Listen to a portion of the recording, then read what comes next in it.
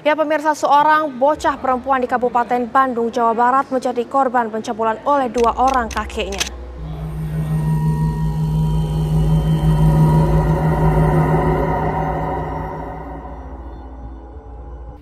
Halo guys, selamat datang di channel Fahrul Zailani. Di sini gua akan coba membahas tentang kasus yang sedang viral di Bandung.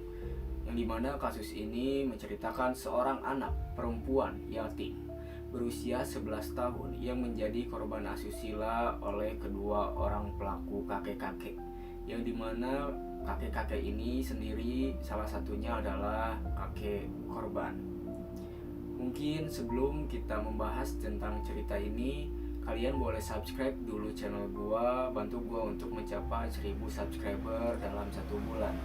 Jika sudah, tanpa berlama-lama lagi, mari kita bahas.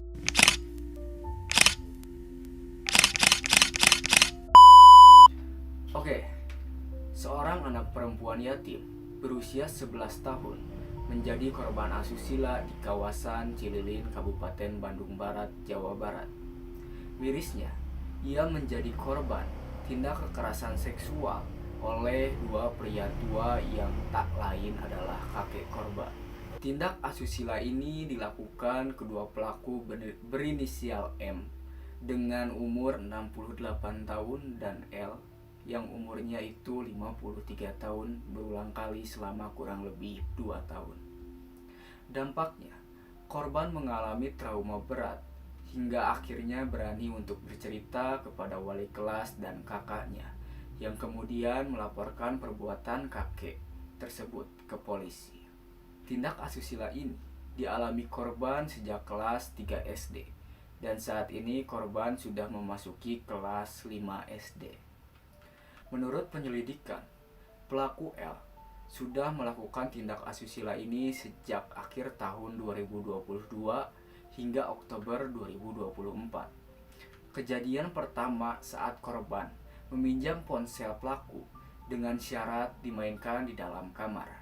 Korban ketika itu tinggal di rumah pelaku karena masih bersaudara. Jadi, si korban ini dititipkan oleh ibunya yang berangkat menjadi TKW, tenaga kerja di luar negeri. Kita lanjut pembahasannya. Korban yang sedang bermain ponsel akhirnya didatangi pelaku hingga melakukan aksi asusila tersebut. Sementara pelaku yang berinisial M mulai melakukan tindak asusila kepada korban sejak November sampai Desember tahun 2023. Lokasi kejadian di rumahnya di Kampung Tambakan, RT 3 RW 4, Desa Cipati, Kecamatan Cihamplas, Kabupaten Bandung. Awalnya korban meminta uang sebesar 20.000 untuk keperluan sekolah kepada pelaku. Korban dan pelaku masih memiliki hubungan keluarga. Jadi, pelaku yang berinisial M ini lakukan tindak asusila itu dengan awalnya korban meminta sekitar Rp20.000 kepada si pelaku. Kemudian, pelaku memeluk korban hingga terjadilah aksi pencabulan.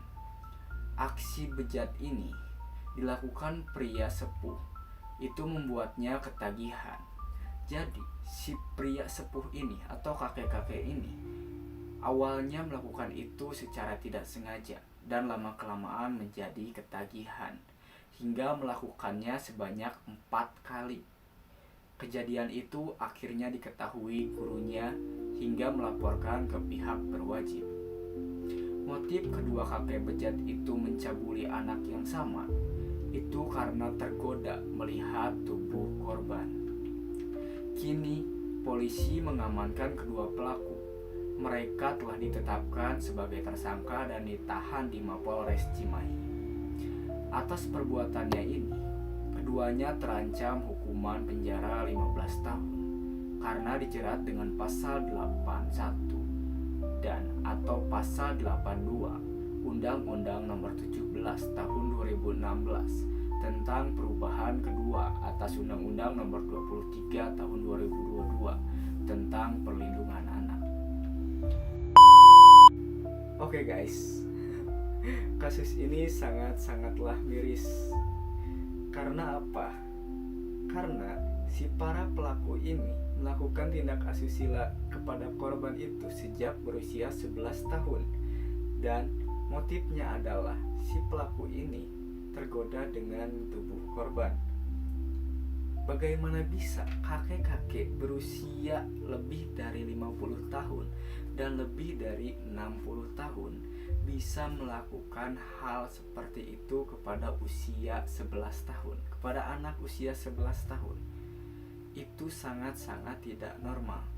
Menurut gua, para pelaku ini bisa dijerat dengan sangat-sangat lama gitu di penjaranya. Karena apa? Karena tindak asusila kepada anak itu adalah kejahatan yang paling mungkin menurut gua paling kejam gitu.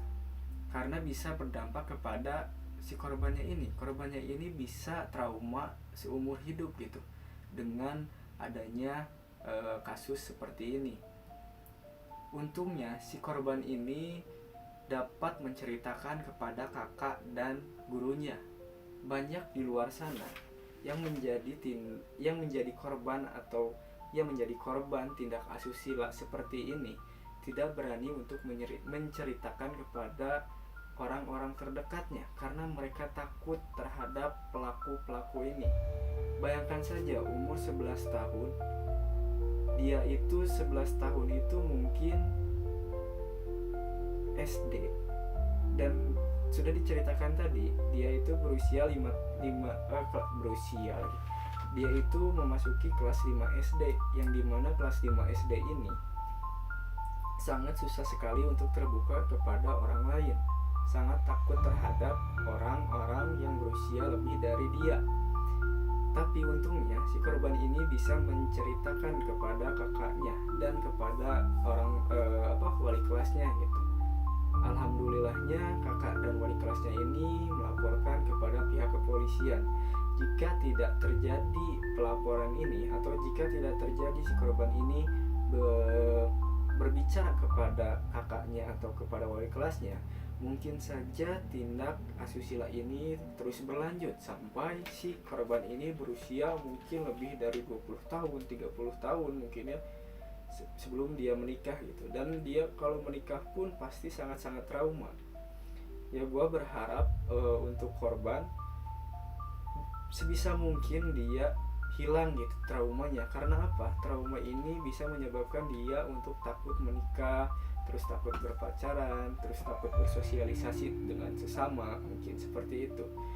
Ya berharapnya gue korban ini bisa sembuh gitu terhadap traumanya. Dan gue berharap juga si para pelaku ini bisa dijerat dengan hukuman yang setimpal dengan apa yang dirasakan oleh si korban ini gitu. Dan gue yakin gitu di dalam penjara pun si para pelaku ini, ya kalian tahu sendiri mungkin penonton gue ini rata-rata berusia 20-30 tahun. Ada juga yang berusia 50 tahun mungkin. Ya kalian tahu sendiri gitu, penjara, masuk ke dalam penjara dengan tindak asusila terhadap anak itu seperti apa gitu. Dan si para pelaku ini bakal merasakan gitu apa yang dirasakan oleh si korban gitu, yang dilakukan oleh orang-orang yang ada di sel gitu. Ya seperti itulah ya, itu yang gue harapin gitu kepada si para pelaku ini. Dan gue berharap juga kedepannya tindak asusila terhadap anak ini bisa diminimalisir, kalau bisa juga dihilangkan gitu ya, agar si para korban ini tidak mengalami trauma yang berat gitu.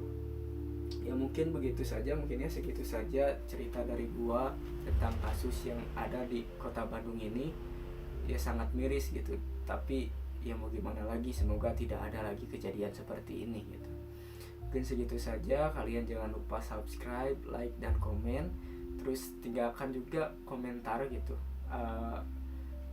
apa yang harus gua bahas lagi gitu ke depannya gitu. Dan semoga gua bisa terus konsisten untuk berkonten. Jadi kalian subscribe channel gua agar bisa mendapatkan info-info terbaru tentang apa yang ada di Indonesia ataupun ada di luar negeri gitu.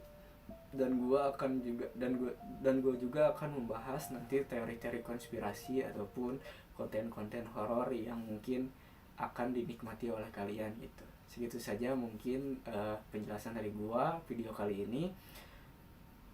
Gue pamit undur diri. Oke, segitu saja mungkin penjelasan tentang kasus ini, dan kalian tunggu kasus-kasus lainnya yang akan gue bahas gitu. Segitu saja. Gue pamit undur diri. Bye bye.